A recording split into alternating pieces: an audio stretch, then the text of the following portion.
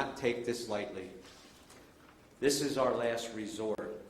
It represents great Nearly 50,000 General Motors employees nationwide plan to walk off the job at 11:59 tonight, setting the stage for the nation's first auto strike in 12 years.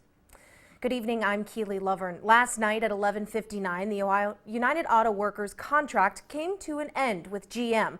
It's another chapter in the ongoing struggle between the union and the automaker. With what the UAW is planning to do next, First News reporter Jacob Thompson joins us live at the UAW Union Hall in Warren. Jacob. Yeah, Keely, I'm out here in front of the Union Hall where members of the UAW Local 1112 are expected to meet here later tonight, be given their assignments, and go protest on the picket line. Where that picket line is, I've been told has not yet been decided. They're waiting for shop manager Dan Morgan to get back from Detroit, and I'm told he's supposed to be back maybe a little bit after 7. Now, even though this strike is international with the UAW and GM, it's been fought here locally for about a little under 10 months now. This all started back in November, where GM announced Lordstown's GM plant was ceasing operation come March. Now, if you fast forward to March, the last crews rolled off the line, and ever since then, they haven't had a product to make out here.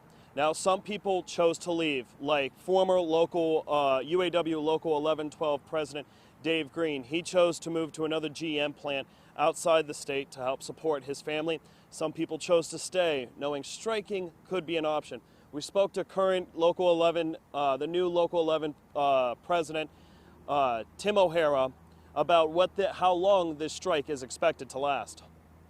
Well, based on what they told us about how negotiations have been proceeding, I would expect that it could possibly, and I use the word possibly because we don't know for sure yet, that it could end up being a lengthy strike.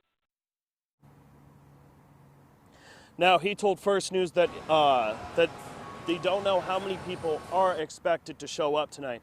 Now, I do want to show you this. This is the sign that they do plan on holding when they do go out to the protest. It says UAW on strike. That protest is supposed to start internationally at 11:59 p.m., just some 24 hours after the contract came to an end.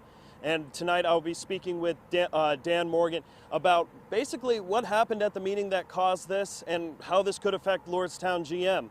But for now, live in front of the Union Hall, Jacob Thompson, WKBN 27 First News.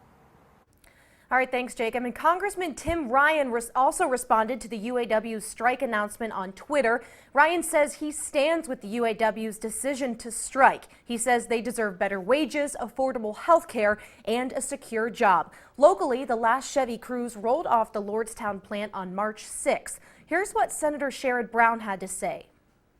I want to get them continue to work to try to get GM to think about Lordstown in the future, especially for some of these new electric vehicles. 20 of them they're going to start manufacturing, and I want to work with them on technology. How can, when they do technological change, how they can retrain their workers. Brown says he is disappointed with GM's actions over the last 2 years, but that we must keep fighting in order to create change. First News will continue to bring you coverage throughout this strike. You can follow our coverage on our free mobile app, on air, or on our website at WKBN.com.